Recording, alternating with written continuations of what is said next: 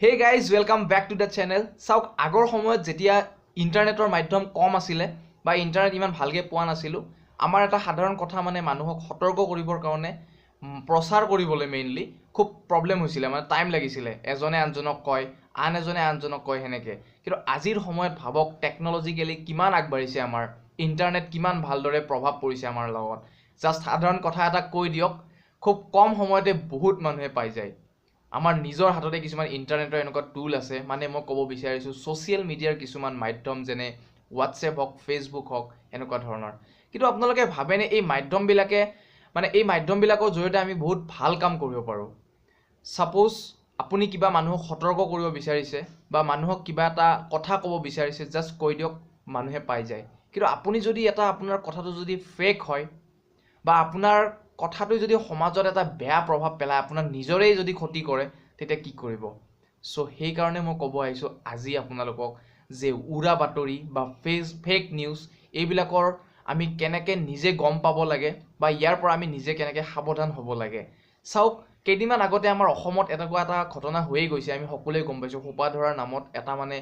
উৰা বাতৰি চলিছিল আৰু দুজন ল'ৰাৰ মৃত্যু হৈছিল কি কম আৰু ইয়াতকৈ ডাঙৰ উদাহৰণ একো নাই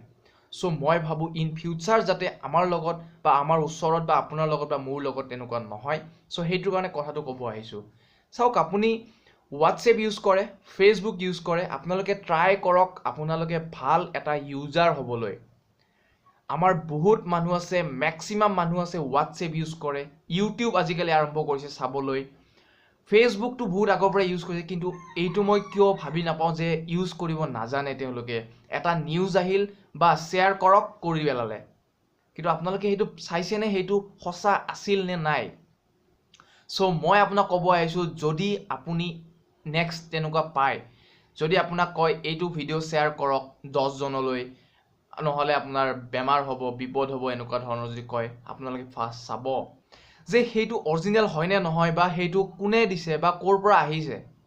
যেতিয়ালৈকে আপুনি 100% চিয়ৰ নহয় বা আপুনি সেই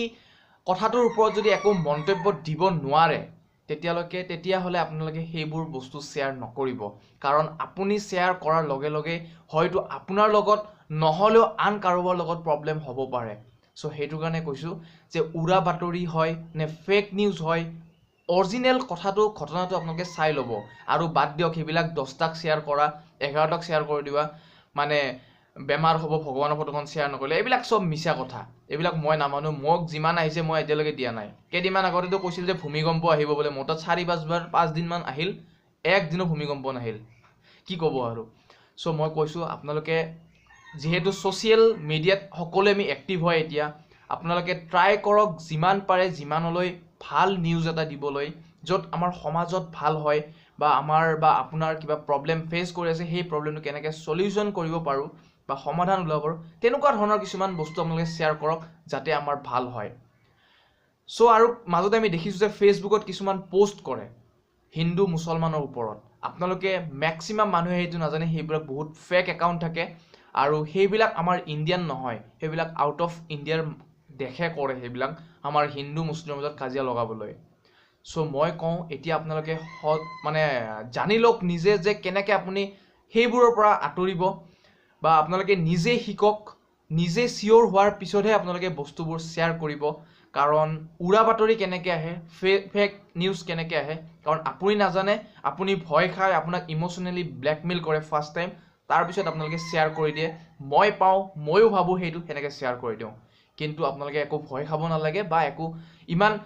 মানে হেৰি নহ'ব যে বস্তুটো সঁচাকৈ হয় নেকি জাষ্ট ৰিয়েলিটিটো চাওক সঁচা হয় নে নহয় যদি সঁচা হয় বা কথাখিনি ৰিয়েল হয় বুলি ভাবে সমাজত যাতে ভাল হয় বুলি ভাবে তেতিয়াহে শ্বেয়াৰ কৰক নহলে আপুনি শ্বেয়াৰ কৰিব লগা কোনো দৰকাৰ নাই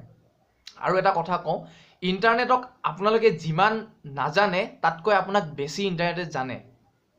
মানে মই কৈ আছো আপুনি এতিয়া চাওক নিজৰ সচেতন কৰিবৰ কাৰণে মোৰ এই ভিডিঅ'টো চাই আছে কিন্তু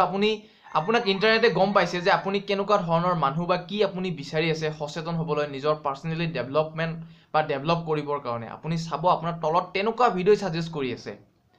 সো এইটো এটা ইন্টাৰনেটৰ আপোনাক ভালদৰে জানে সো সেইটোৰ কাৰণে ইন্টাৰনেটত আহিছে বা আমি সকলোৱে ইন্টাৰনেট জনাটো খুবেই প্ৰয়োজন আজিৰ সময়ত সো সেইটোৰ কাৰণে আমি এটা ভাল ইউজাৰ হোৱাটো খুব প্ৰয়োজন। সো সৰু কথা যেহেতু সমস্যা আহি আছে আমাৰ এই মানে কি ধৰক উৰা বাতৰি হওক বা ফেক নিউজ হওক এইবোৰৰ পৰা আমি কেনেকৈ বাচিব লাগে একো কথা নাই, চিম্পুল কথা। আপোনালোকে নিজে সচেতন হওক, নিজৰ ৰিয়েলিটিটো চাই লওক, বাষ্ট, একো ভাবিব লগা কোনো কথা নাই। এইখিনি আৰু চিম্পুল কথা ক'লোঁ। যদি কথাখিনি ভাল লাগিলে লাইক কৰিব, আৰু যদি পাৰে আপোনালোকৰ মতামত প্লিজ কমেণ্টত দিয়ক, আৰু পাৰে যদি যিমান পাৰে যিমানলৈ শ্বেয়াৰ কৰি দিয়ক, আৰু চেনেলটো ছাবস্ক্ৰাইব কৰক। এনেকুৱা ধৰণৰ কিছুমান লাইফৰ ওপৰত, নলেজৰ ওপৰত মই কথা পাতোঁ, আৰু আশা কৰোঁ ভিডিঅ'টো চাই ভাল পাইছে। আৰু আজিলৈ ইমানেই, আহিম এটা নতুন ভিডিঅ'তে, আৰু ভিডিঅ'টো চোৱাৰ কাৰণে থেংকছ।